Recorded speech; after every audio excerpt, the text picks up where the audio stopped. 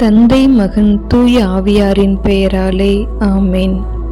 அன்பு சகோதரிகளே, ஆழம் காண முடியாத இறைவனது அன்பின் ஊற்றை அனுபவிக்க இரக்கத்தால் கிடைத்த இந்த நாளுக்காக நன்றி கூறுவோம். தூய ஆவியாரின் வருகையை ஆவலோடு எதிர்பார்த்து ஒவ்வொரு நாளும் நம்மையே தயாரிக்க கொடுத்திருக்கின்ற வாய்ப்பிற்காக நன்றி கூறும் இவ்வேளையில் 5வது நாள் நவநாளாக தூய ஆவியார் ஒப்புரவிற்கு நம்மை அழைக்கின்றார் என்ற சிந்தனையில் சிந்தித்து பார்க்க இறைவன் நம்மை அழைக்கின்றார். இந்த நாளில் திறந்த இதயத்தோடு பிறரை மன்னித்து அனைவரையும் ஏற்றுக்கொண்டு அன்பு செய்து ஒற்றுமையோடு வாழ அருள் வேண்டி ஜெப வழிபாட்டை தொடங்குவோம். கடவுளின் தூய ஆவியார் நம்மில் குடியிருக்கிறார். ஆம், நம் உடல் தூய ஆவியார் தங்கும் ஆலயம். இறைவன் கைகளால் அழகுற உருவாக்கப்பட்டது நமது உடல். அவரது ஆவியை நம் உடலில் புகுத்தியுள்ளார். நம் செயலாலும் சொல்லாலும் கடவுளுக்கு உகந்த பலியாக நம்மை படைக்க அழைக்கப்பட்டுள்ளோம். மனித இயல்பினால் நாம் செய்த தவறுகளை மன்னித்து மறக்க ஆண்டவர் இயேசு நமக்கு கொடுத்த மிகப்பெரிய கொடையே தூய ஆவியார். அவரே நம்மை உண்மையின் பாதையில் செல்ல தூண்டுகிறார். அவரே அனைத்தையும் கற்றுத்தருகிறார். புனிதப்படுத்தும் பணியை செய்யும் தூய ஆவியார் பழமை என்னும் பாவத்தை போக்கி மன்னிப்பு, அதாவது ஒப்புரவு என்னும் கொடையால் நம்மை புனிதப்படுத்துகிறார். ஒப்புரவிற்கு அழைக்கும் தூய ஆவியாரின் அழைப்பை ஏற்றுக்கொண்டவர்களாய் அவரது அருளில் நனைய இப்பாடலில் இணைவோம்.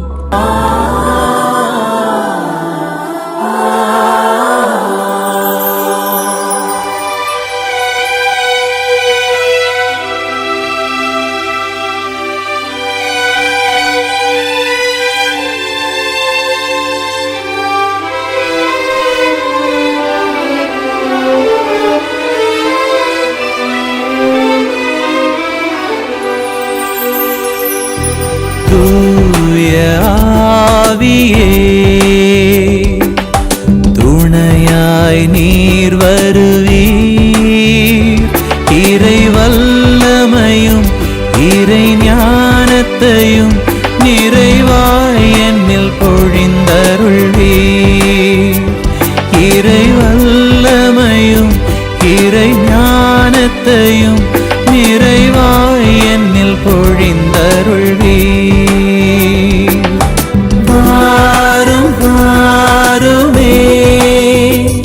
என்னில் நிறைவாய் வாருமே, வாரும் வாருமே, என்னில் நிறைவாய் வாருமே.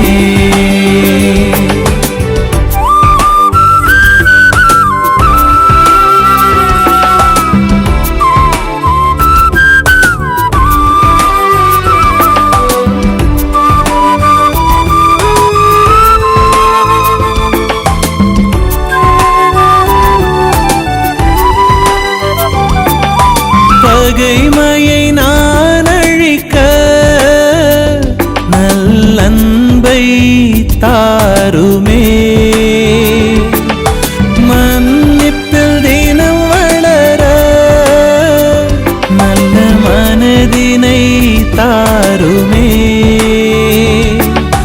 நீதி நேர்மை உண்மை வழியில் நடத்திட வாருமே. நீதி நேர்மை உண்மை வழியில் நடத்திட வாருமே. வாரும் வாருமே, என்னில் நிறைவாய் வாருமே. வாரும் வாருமே, என்னில் நிறைவாய் வாருமே.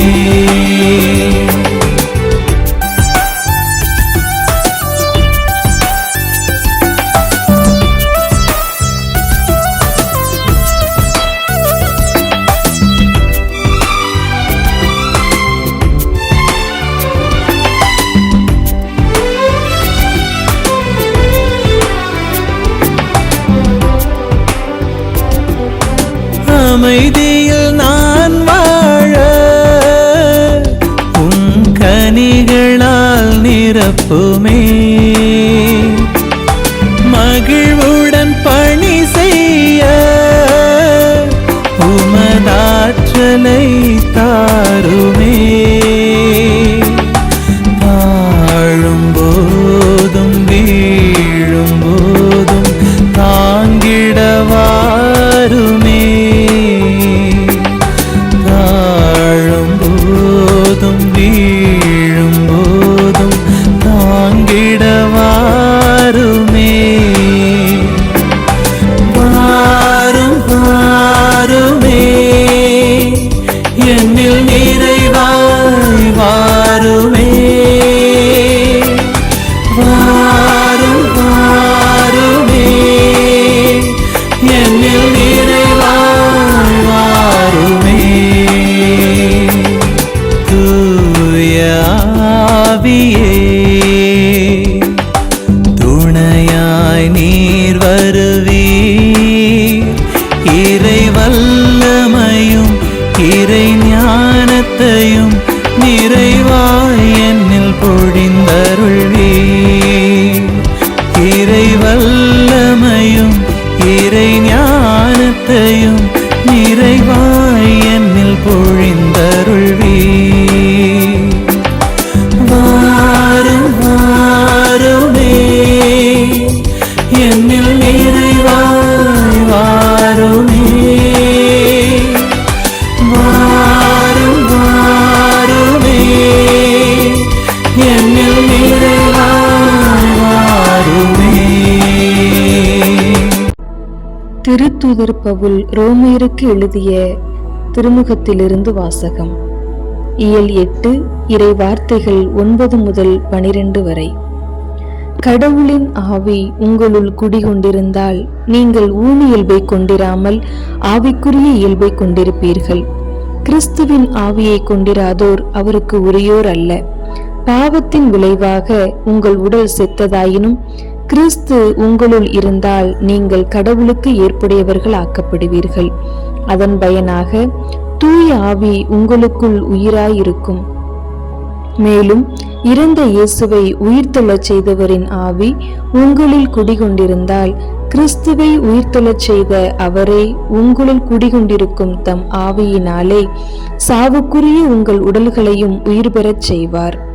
தூய ஆவியின் துணையால் உடலின் தீச்செயல்களை சாகடித்தால் நீங்கள் வாழ்வீர்கள். தூய ஆவியார் நமது வலுவற்ற நிலையில் நமக்கு துணை நிற்கிறார்.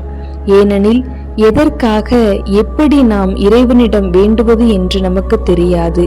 தூய ஆவியார் தாமே சொல்வடிவம் பெற முடியாத நம்முடைய பெருமூச்சுகளின் வாயிலாய் நமக்காக பரிந்து பேசுகிறார். ஆண்டவரின் அருள்வாக்கு. இறைவா உமக்கு நன்றி. நம் மீட்பை உறுதிப்படுத்த நாம் தினந்தோறும் கடவுளின் தூய ஆவியாரை தூண்டி எழுப்ப வேண்டும். ஏனெனில் பலவீனத்தின் உதவி அவரே. நாம் எதற்காக ஜெபிக்க வேண்டும் என்று நாமே அறியாது இருக்கிறோம். தூய ஆவியாரே நமக்காக ஜெபிக்கின்றார். அறியாமை, பலவீனம், அலட்சியம் ஆகியவற்றின் வழியாக நம் வாழ்வில் பாவம் பிறக்கின்றது. ஒளியின் ஆவி, வலிமையின் ஆவி, அன்பின் ஆவியானவராக அவரது 7 கொடைகளால் அவர் நம் மனதை விழிப்பூட்டுகிறார், நம் சிந்தனையை வலுப்படுத்துகிறார், நம் இதயத்தை கடவுளின் அன்பால் பற்றி எரியச் செய்கிறார். இவ்வாறாக நமது சுயநல வாழ்வில் இருந்து விடுபட்டு பிறரை மனதார மன்னித்து நிறை குறைகளோடு ஏற்றுக்கொண்டு பரந்துபட்ட இறைமக்கள் சமூகமாக நம்மை வாழ அழைப்பு விடுக்கின்றார். இறைமகன் இயேசு திரு அவைக்கு அளித்த பெரும் கொடை தூய ஆவியார். திருவருட்சாதனத்தில் தூய ஆவியார் செயல்படுகிறார். ஆம், நம்மை கிறிஸ்தவ வாழ்வு வாழ அழைப்பு விடுக்கிறார். அதுபோல தூய ஆவியார் பாவ மன்னிப்பு அளிப்பவராகவும் நம்மை புனிதத்துவ வாழ்வில் வாழவும் வளரவும் நம் ஒவ்வொருவரையும் அழைக்கிறார். எசேக்கியேல் இறைவாக்கினர் வாயிலாக கடவுளின் ஆவி உலர்ந்த எலும்புகளுக்கு உயிரளிக்க கூடியவை என விளக்கப்பட்டுள்ளது. ஆவியின் கொடைகளை பெற்ற நாம் இறைவாக்கு பணியாளராக, தொண்டாற்றும் உள்ளம் கொண்டவராக, பிறரை மனதார மன்னித்து அன்பு செய்யும் உள்ளங்களாக, ஊக்கமூட்டுபவராக, பிறருக்கு தாராளமாக வழங்கும் உயர்ந்த மனம் கொண்டவராக, தலைமை பொறுப்பேற்று செயல்படும் தலைவராக செயல்பட அழைக்கிறார். மேலும் புனித பவுல் ரோமியருக்கு எழுதிய திருமுகத்தில் பார்த்தோமெனில், நீங்கள் ஊனியல்புக்கு ஏற்ப வாழாமல் தூய ஆவியாரின் தூண்டுதலுக்கு ஏற்ப வாழுங்கள். ஊனியல்பு எப்போதும் ஒருவரை பாவத்தில் விழச் செய்யும். தூய ஆவியானவரோ ஒருவரை எப்போதும் நன்மை செய்ய தூண்டுபவர். நம் ஆண்டவர் இயேசு தூய ஆவியானவரின் அருள் பொழிவால்தான் எங்கும் நன்மை செய்து கொண்டே சென்றார். நாமும் தூய ஆவியாரால் தூண்டப்பெற்று துறவற வாழ்வு வாழ அழைக்கப்பட்டிருக்கிறோம்.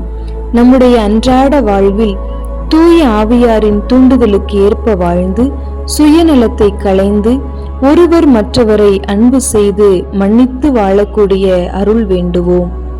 நம்மை நாமே தேற்றி நம்மை நேரிய வழியில் வழிநடத்தும் தூய ஆவியாரின் துணையை கொண்டு அவருடைய கனிகளையும் கொடைகளையும் நம்முடைய வாழ்வாக்கி சுயநல வாழ்வை விட்டுவிட்டு சகோதர உணர்வோடு ஒருவர் மற்றவரை ஏற்று வாழக்கூடிய புது வாழ்வை பெற்றுக்கொள்வோம். அதன் வழியாக இறை ஆசீர்வாதம். நீங்கள் மனம் மாறுங்கள், உங்கள் பாவங்களிலிருந்து மன்னிப்பு பெறுவதற்காக ஒவ்வொருவரும் இயேசு கிறிஸ்துவின் பெயரால் திருமுழுக்கு பெறுங்கள். அப்பொழுது தூய ஆவியை கொடையாக பெறுவீர்கள் என்பது புனித பேதுருவின் அறிவுரை. எனவே தூய ஆவியார் நம்மில் நிரம்ப வேண்டுமெனில் நாம் நம் பாவங்களுக்காக மனம் துயர அடைய வேண்டும். இயேசு கிறிஸ்துவை நம் ஒரே மீட்பராக ஏற்க வேண்டும். தூய ஆவியார் நம்மை நிரப்ப உருக்கமாக கெஞ்சி மன்றாட வேண்டும். இத்தகைய உணர்வோடு ஒவ்வொரு இறை வேண்டுதலுக்கு பிறகும் நாம் கூற வேண்டிய பதில், எங்கள் மேல் இரக்கமாயிருந்து எங்களை திடப்படுத்தி அருளும். உலகின் முகத்தை புதுப்பிக்கும் தூய ஆவியாரே, எம் உலக நாடுகளிடையே நிலவும் போர், வன்முறை இவற்றையெல்லாம் நீக்கி உண்மையான புரிந்துணர்வுடன் ஒருவர் மற்றவரை ஏற்றுக்கொண்டு அன்பு செய்து மன்னித்து வாழும் வரம் வேண்டி உம்மை மன்றாடுகிறோம். எங்கள் மேல் இரக்கமாயிருந்து எங்களை திடப்படுத்தி அருளும்.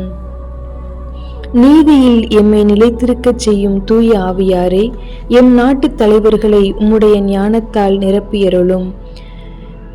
எந்நாளும் நாட்டை வளர்ச்சியின் பாதையில் வழிநடத்தவும், மக்களின் நலனை கருத்தில் கொண்டு ஓய்வை தேடாமல் உழைக்கக்கூடிய வரமருள உம்மை மன்றாடுகிறோம். எங்கள் மேல் இரக்கமாயிருந்து எங்களை திடப்படுத்தியருளும். எல்லா நன்மைகளுக்கும் தொடக்கமாகிய தூய ஆவியாரே, எங்கள் குழும வாழ்வில் நாங்கள் ஒருவர் மற்றவரை புரிந்து கொண்டு பிறரை அவர்கள் இருப்பது போல் ஏற்றுக்கொண்டு உண்மையாக அன்பு செய்து வாழவும், எமது துறவு வாழ்வில் உமது விழுமியங்களை வாழ வரம் வேண்டி உம்மை மன்றாடுகிறோம். எங்கள் மேல் இரக்கமாயிருந்து எங்களை திடப்படுத்தியருளும். எங்களை இறை மக்களாக மாற்றும் தூய ஆவியாரே, எம் குடும்பங்களிலே நிலவும் வேற்றுமைகளை களைந்து ஒருவர் மற்றவரை புரிந்து கொண்டு ஒற்றுமையோடும் சகோதர உணர்வோடும் மகிழ்வோடு வாழக்கூடிய வரம் வேண்டி உம்மை மன்றாடுகிறோம். எங்கள் மேல் இரக்கமாயிருந்து எங்களை திடப்படுத்தியருளும். பாவத்தின் மீது அச்சத்தையும் வெறுப்பையும் உண்டாக்கும் தூய ஆவியாரே, எம் இளைஞர்கள் மத்தியில் பாவத்திலிருந்து விடுபட்டு உழைக்கக்கூடிய மனதினையும் மனித நேயத்தோடு வாழக்கூடிய நல்ல உள்ளத்தையும் தந்து இந்த உலகை புது படைப்பாக மாற்ற ஆற்றலையும் தந்து வழிநடத்த உம்மை மன்றாடுகிறோம். எங்கள் மேல் இரக்கமாயிருந்து எங்களை திடப்படுத்தியருளும். தூய ஆவியே, வாழ்வோரின் ஒளியே, உமது ஒளியை எங்கள் இதயத்தில் வீசுவீராக. உமது நவநாளில் ஒப்புரவிற்கு அழைக்கும் உமது அழைப்பை ஏற்று இறை மன்னிப்பை நிறைவாக பெற்று பாவக்கரைகளை அகற்றி தூய உள்ளத்தோடு எம்மை உமக்கு அர்ப்பணிக்க அருள் தாரும். பனி பொழிவது போல தூய ஆவியார் எங்கள் இதயத்தின் ஆழத்தில் இறங்கி வந்து எங்களை வழிகாட்டவும் பிறரை மன்னித்து வாழும் வரத்தை தந்தருள எங்கள் ஆண்டவராகிய இயேசு கிறிஸ்து வழியாக மன்றாடுகின்றோம். ஆமேன்.